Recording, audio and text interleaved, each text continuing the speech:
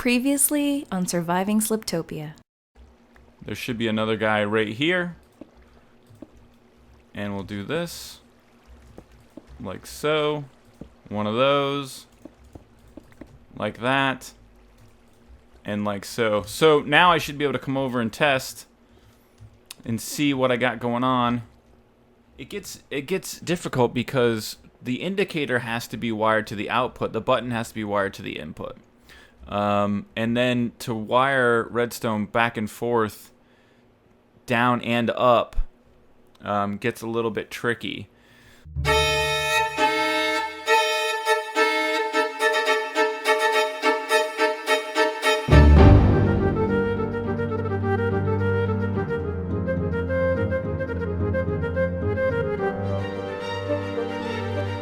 What is up, the world? It is your friendly neighborhood Slipgator here, and I'm hanging out by the Doc M Cheaty sand machine that I built in solidarity with my brother. I just figured I would come out here, grab a little bit of sand, because I think I needed some, and I hadn't been out here in a while. This is the old sand dunes where I was harvesting sand and such and stuff and things. But we have a project to do today, and something that I've been working on now. You may know that I make these plans like, we're going to work on villager breeding next. And then what happens is I don't do that. And I'm sorry, but it's just the way my brain works. And sometimes I get a bug up my butt to do something. And I'm like, I should do that. And then the next day I get a little ADD and I'm like, I'm going to do that instead. So what I started working on the other night after I was done talking to you guys and recording was a top for the observation tower. Now, you may be able to see here, I've got something very minimal started that looks ridiculous and awful. And while I was building that, I had this idea of something to do. I had an idea for what I want to do up there.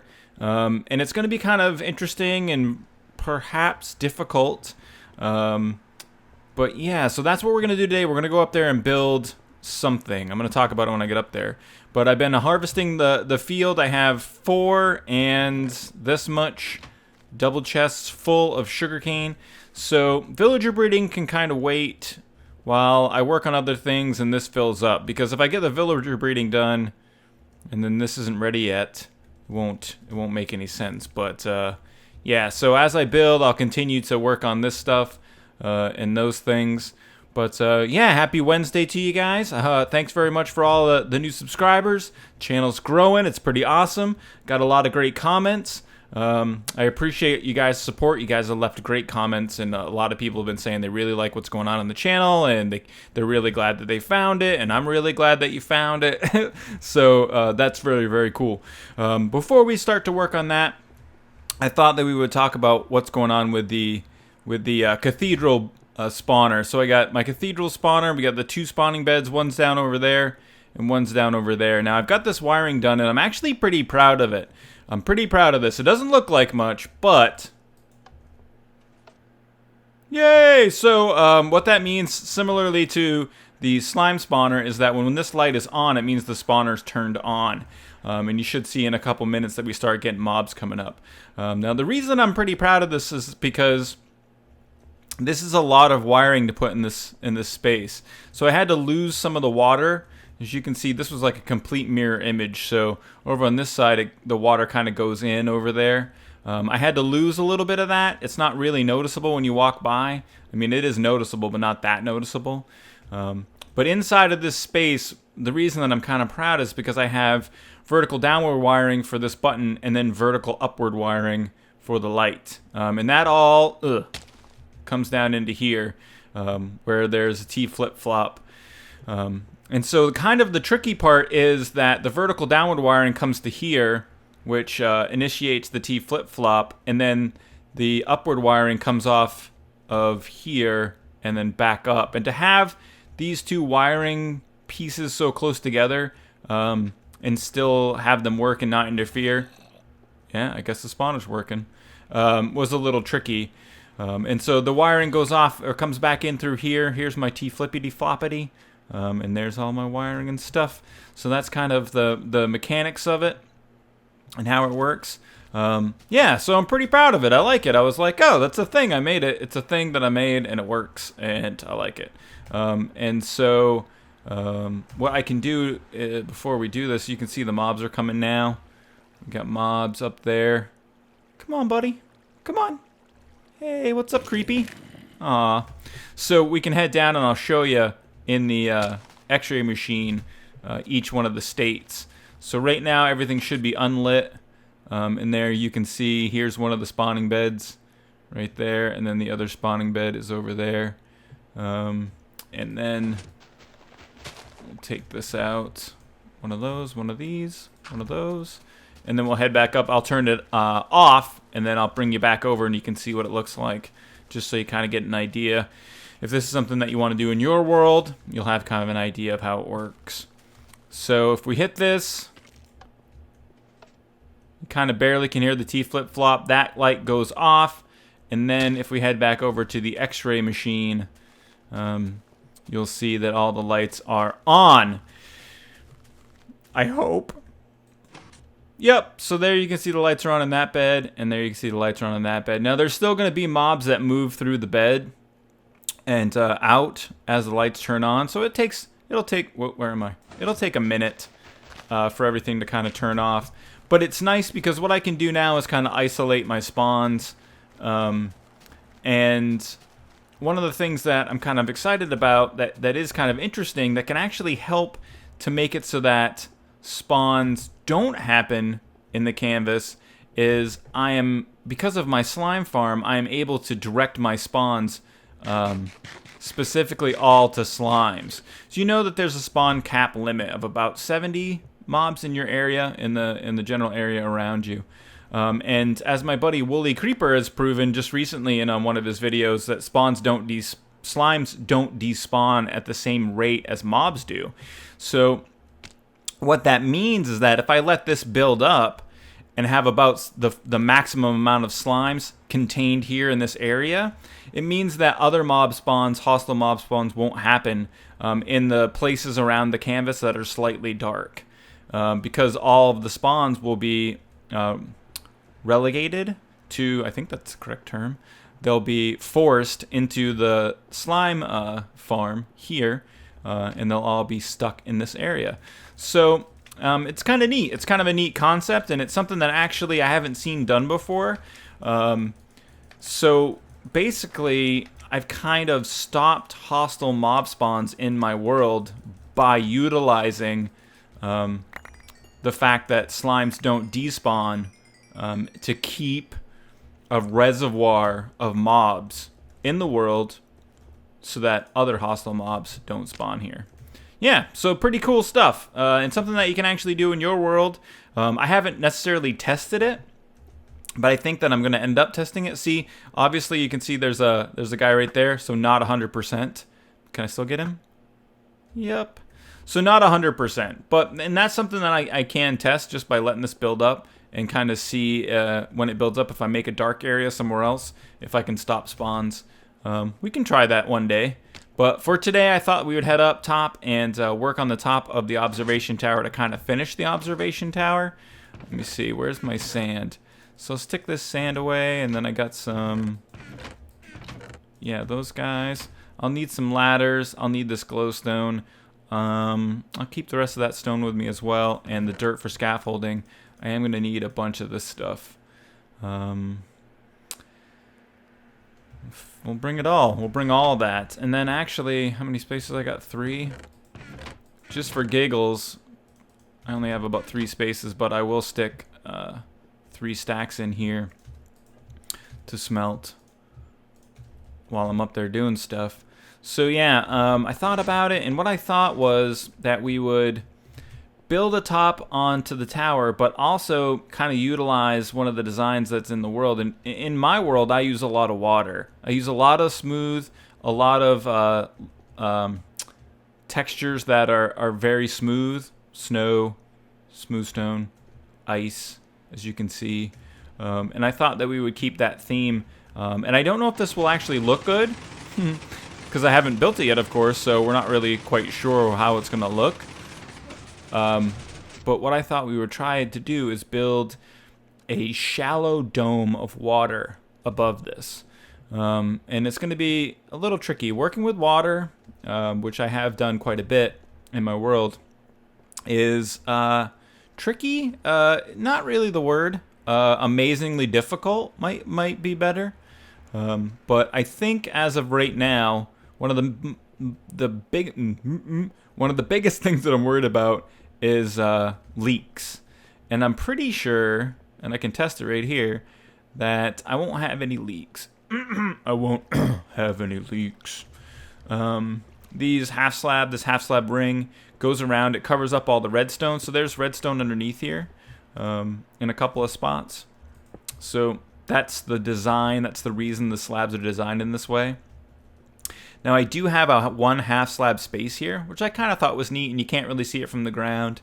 It's just a little piece, nothing major. But I thought what we were trying to do here is build a dome that you can see. Now, because of the odd shape of the top of the tower, it's not like any sort of a perfect circle. I mean, really, this glass is kind of like an interpretation of it. It's an oval, and it's not of any sort of uniformed size. The reason that I say that is because that means that the dome will have to be custom. I can't look at any sort of blueprint online or use a circle generator or anything like that. I just have to go by feel, sort of, to build it. I was thinking about doing something like this and attaching all of these things together, but I don't really think that will look as good.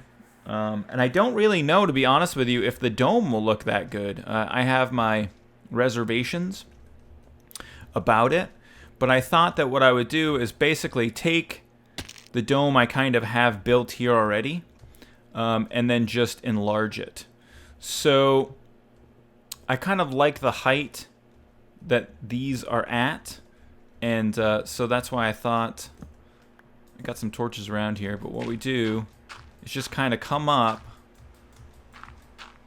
and start at around the same height that these are at, and then, well, actually, let me go one higher here. Place some glass in the same pattern as I have down underneath me. And then once I have kind of everything built out, I'll cover it with water and see what that looks like. Now, this could be a massive disaster. And I've talked about it before. I don't really like the unknown as much as I like the known. I'm a liker of the known. I like when I have like a much clearer picture in my mind about how something's going to work. And I've never really liked to build things twice. That's never been something that I've enjoyed.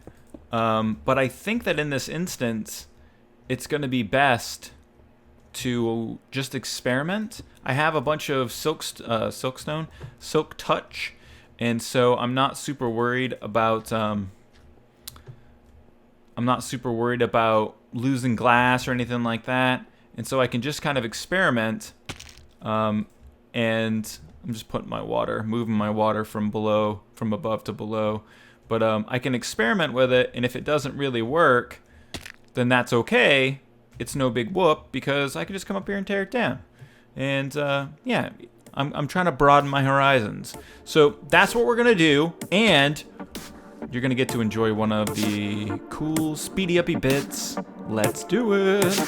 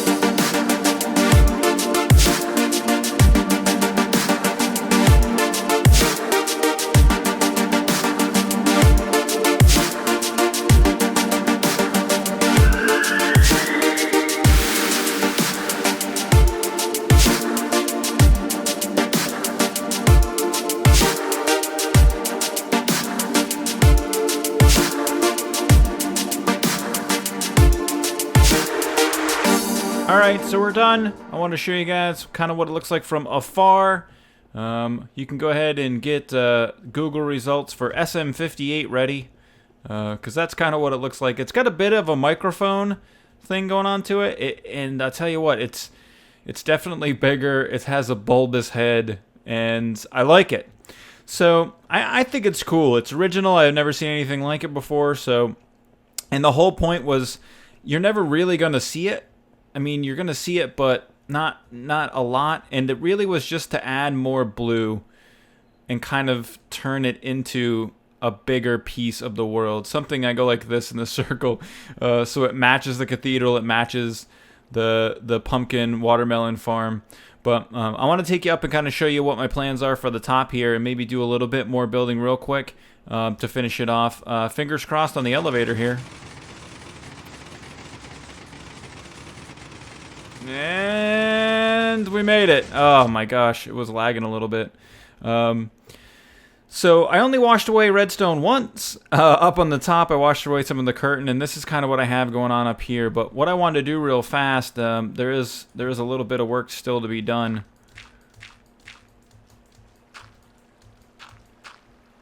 And that is that there needs to be a lot more glowstone up here. I want there to be no... Oh, I might not need that glowstone in a second. Yeah, actually, before we do that, what I'm going to do is take away this layer here.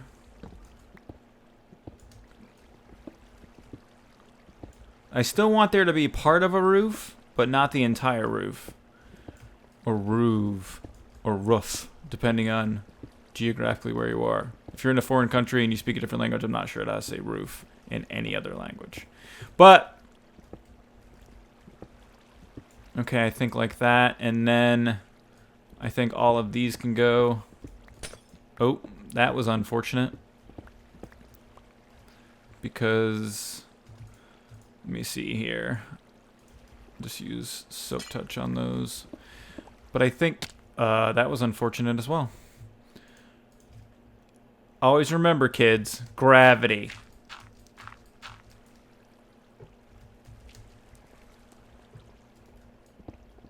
So I think taking these off is going to open it up just a touch more, which is what I want. And then I'm going to check to see if my light levels are correct so that I don't get any spawns up here.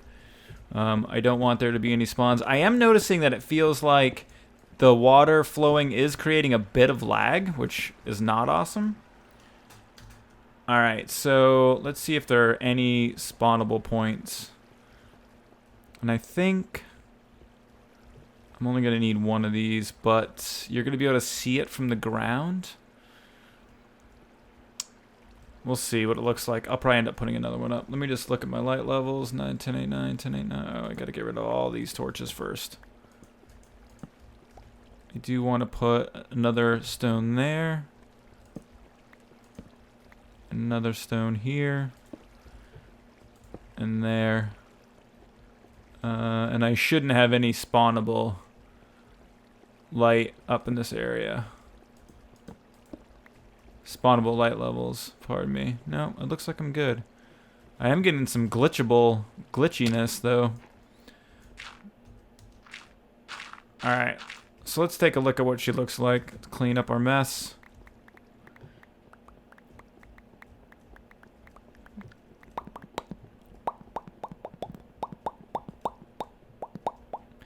So the glowstone is a bit intrusive. I'm not sure how I feel about it. I may lower them down. I think these look better than these.